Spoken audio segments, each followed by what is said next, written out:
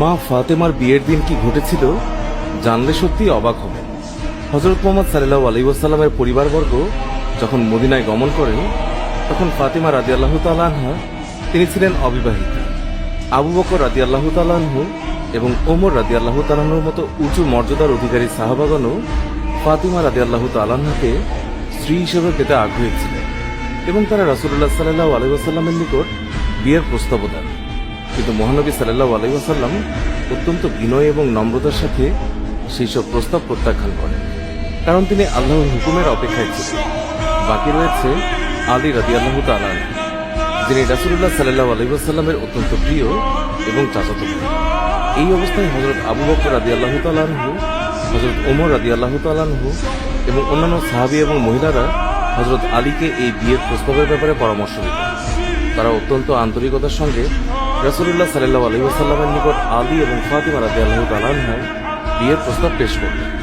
মহানবী সাল্লাল্লাহু আলাইহি ওয়াসাল্লাম আলী রাদিয়াল্লাহু তাআলা আনহুকে জিজ্ঞাসা করলেন, তোমার কাছে মোহর আদায় করার মতো কিছু আছে কি? আলী রাদিয়াল্লাহু তাআলা আনহু না সূচক জবাব দিলেন। পুনরায় রাসূলুল্লাহ সাল্লাল্লাহু আলাইহি ওয়াসাল্লাম বললেন, তোমার লৌহ বর্ম কোথায়? সেই লৌহ বর্ম দিয়ে মোহর আদায় করো। মোহর আনার অর্থ সংগ্রহে হযরত আলী রাদিয়াল্লাহু তাআলা আনহু স্বীয় বর্মটি বাজারে বিক্রি করতে গেলেন। পথে দেখা হলো হযরত উসমান রাদিয়াল্লাহু তাআলা আনহুর সাথে। সবকিছু শুনে তিনি সেটি কিনে নিলেন। দাম দিলেন 480 টাকা। হযরত উসমান রাদিয়াল্লাহু তাআলা আনহু তার কেনা বর্মটি তারই হাতে তুলে দিয়ে বললেন, আমাকে নাও, এই বর্ম একজন বীরের অঙ্গে শোভা পায়, কাজেই এটি আমি তোমাকে উপহার দিচ্ছি। রাসূল করিম সাল্লাল্লাহু আলাইহি ওয়াসাল্লাম স্বয়ং কন্যার মতামত জানতে চাইলে ফাতেমা রাদিয়াল্লাহু তাআলা আনহা লজ্জায় মুখ ঘুরিয়ে হেসে ফেললেন। নারীদের এই নীরবতাকেই সম্মতি হিসেবে গ্রহণ করা হয়।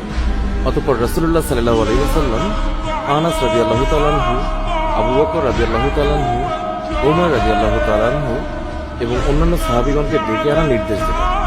সকলে উপস্থিত হওয়ার পর রাসূলুল্লাহ সাল্লাল্লাহু আলাইহি ওয়াসাল্লাম বিয়ের খুতবা পাঠ করলেন এবং আলীকে বললেন, আমার কন্যা ফাতিমাকে তোমার সাথে 400 মিসকাল রৌপ্যের বিনিময়ে বিয়ে দিলাম, তুমি কি তা কবুল করছো?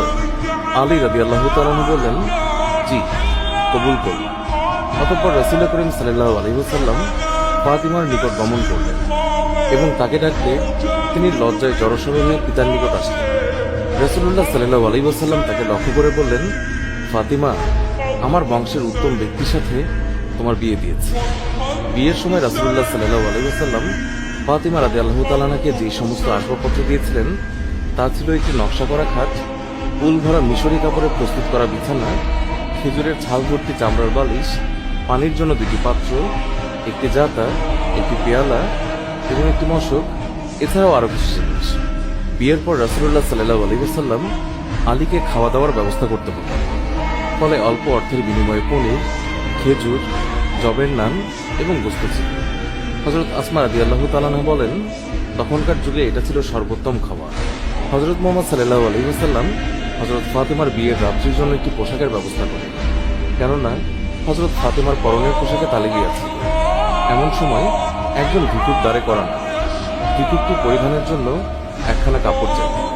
হযরত ফাতেমা তার পরনের তালি দিয়া কাপড়টি দান করতে চাইলে তার মনে পড়ে যায়, আল্লাহ তাআলা বলেছেন, তোমরা যা ভালোবাসো তা থেকে দান না করা পর্যন্ত কখনোই কল্যাণ লাভ করতে পারবে না। আর এই জন্যই ফাতেমা তার বিয়ের নতুন পোশাক ভিক্ষুককে দান করে দেন। কন্যাকে বিদায় দিতে এগিয়ে এলেন তার স্নেহময় পিতা। দেখলেন মেয়ে কাঁদছে। তার মনে হলো হয়তো স্বামীর দারিদ্র্যের কথা ভেবেই মেয়ে কাঁদছে। তিনি তাকে সান্ত্বনা দিতে গেলেন এই বলে যে আলী রাদিয়াল্লাহু তাআলা আনহু তিনি দরিদ্র হতে পারেন, কিন্তু তার চেয়ে অধিকতর যোগ্য পাত্র এই পৃথিবীতে আর কেউই নেই। ক্রন্দনময়ী ফাতিমা রাদিয়াল্লাহু তাআলা আনহা জানালেন, আলী রাদিয়াল্লাহু তাআলা